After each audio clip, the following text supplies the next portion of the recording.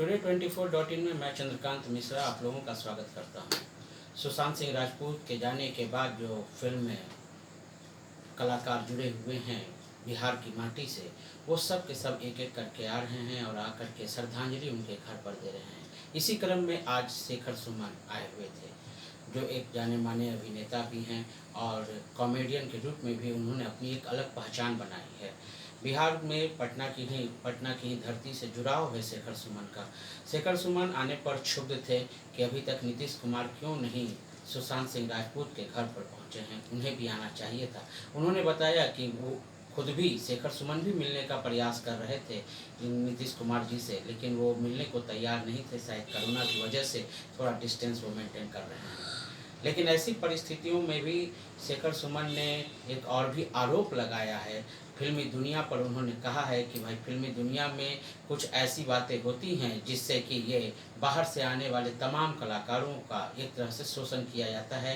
जो चापलूसी नहीं करते हैं वो उनसे अलग हो जाते हैं और उनका कैरियर तबाह हो जाता है। उन्हीं के शब्दों में जानते हैं कि आज शेखर सुमन ने क्या कहा। देखिए, संजय राउत ने सामना के जरिए सवाल उठाए कि उन्होंने क्या की और ये एक तरीके से नेपोटिज्म को भी सपोर्ट कर रहे हैं। जी, बहुत सारी वजहें हैं। मैंने इसके पहले और बहुत पुरजोर तरीके से कहा कि ये नेपोटिज्म का सवाल नहीं है। नेपोटिज्म जो है गलत शब्द है, ये गैंगिज्म का सवाल है। एक गैंग है, एक माफिया है जो हमारी फिल्म इंडस्ट्री में पहले बाहर अंडरवर्ल्ड के नाम से जाना जाता था, उसका स्वरूप बदल गया है। अब हमारी इंडस्ट्री में कुछ ऐसे जिन्होंने इंडस्ट्री पर पूरी तरह से कब्जा कर लिया है, उनके कहे बगैर कोई पत्ता भी नहीं हिलता। वही जिंदगियां बनाते हैं और वही जिंदगियां बिगाड़ते हैं। कौन है वो? देखिए, मैं आपको बता दें, अंडरवर्ल्ड जब है जो बाहर का है, उसमें मालूम नहीं कि कौन कौन है, लेकिन अंडरवर्ल्ड है।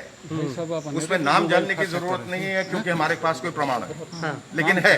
ये इतना भी मालूम है कि ऐसा नेक्सस है जो लोगों को अपने बंधन में जकड़ लेता है, अपने दायरे में। और जो भी एक छोटे शहर से जो भी कोई आता है और जब कोई हुनर जो पनपता है तो वो थ्रेटन्ड हो जाते हैं। उनके अंदर जो दायरे में लोग हैं उनको लगता है कि अब हमारा सिंहासन डोल रहा है, इसको या तो खत्म कर दो या इस नेक्सस, इस सिंडिकेट में शामिल कर दो।